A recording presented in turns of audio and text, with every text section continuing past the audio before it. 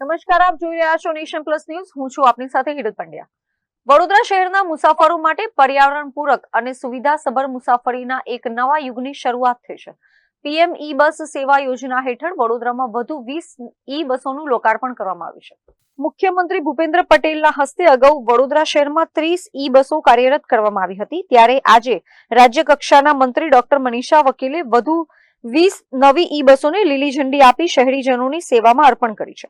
આ પ્રસંગે વિધાનસભાના મુખ્ય દંડક બાળુ શુક્લ, વીએમસી ચેરમેન વર્ષા વ્યાસ, શાસક પક્ષના નેતા શ્વેતા માછી તથા મ્યુનિસિપલ કમિશનર અરુણ મહેશ બાબુ સહિતના અધિકારીઓ ઉપસ્થિત રહ્યા હતા. આજે વડોદરા ખાતે બીજા સ્લોટની બસનું આજે લોકાર્પણ છે અને ખૂબ મોટી સંખ્યામાં આના લોકો લાભ પણ લઈ રહ્યા છે. લગભગ 2 લાખ જેવા લોકોએ ગયા મહિને પણ લાભ લીધો છે. ખૂબ ખૂબ અભિનંદન આપું છું કોર્પોરેશનની ટીમને અને આપણા આભાર વ્યક્ત કરીએ છીએ પ્રધાનમંત્રી શ્રી નરેન્દ્રભાઈ મોદીજીના વિઝનથી કે green city, clean city, smart city concept છે, એમાં ઈ બસનું લોકાર્પણ આજે થઈ રહ્યું છે. ખૂબ ખૂબ આભાર વ્યક્ત કરીએ છીએ. હવે નવી 20 ઈ બસોનો ઉમેરો થતા ઈ બસોની કુલ સંખ્યા 50 થઈ ગઈ છે. ગયા મહિને જ 2 લાખથી વધુ મુસાફરોએ ઈ બસ સેવાનો લાભ લીધો હતો, જેનાથી વીએમસીને દર મહિને રૂપિયા 29 લાખથી વધુની આવક થઈ રહી છે.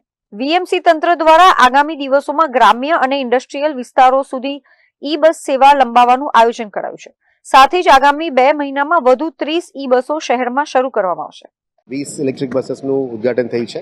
અગાઉ 30 બસેસ ઉદ્ઘાટન થઈ ગયું છે અને આવતા 2 મહિના પછી અમે હજી 30 બસેસનું ઉદ્ઘાટન કરવાના છે. જેથી કરીને આપ જોઈ શકો છો કે ફક્ત 5 રૂપિયાથી 30 રૂપિયાની લો કોસ્ટમાં ક્લીન મોબિલિટી, ગ્રીન મોબિલિટી અને ઇલેક્ટ્રિક મોબિલિટી અમે સિટીને આપીએ છીએ.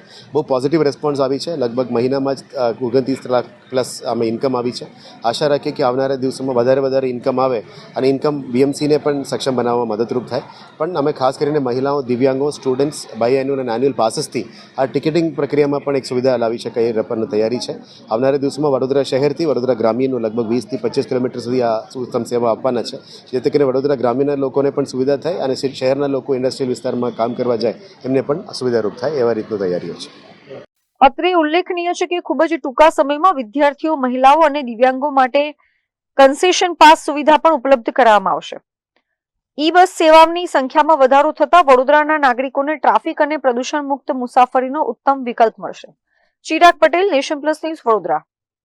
સમાચારોના સતત અપડેટ મેળવવા માટે અમારી નેશન પ્લસ ન્યૂઝની યુટ્યુબ ચેનલને સબસ્ક્રાઇબ કરો, બેલ આઇકન દબાવો અને જોડાયેલા રહો ફેસબુક, ઇન્સ્ટાગ્રામ અને ટ્વિટર પર.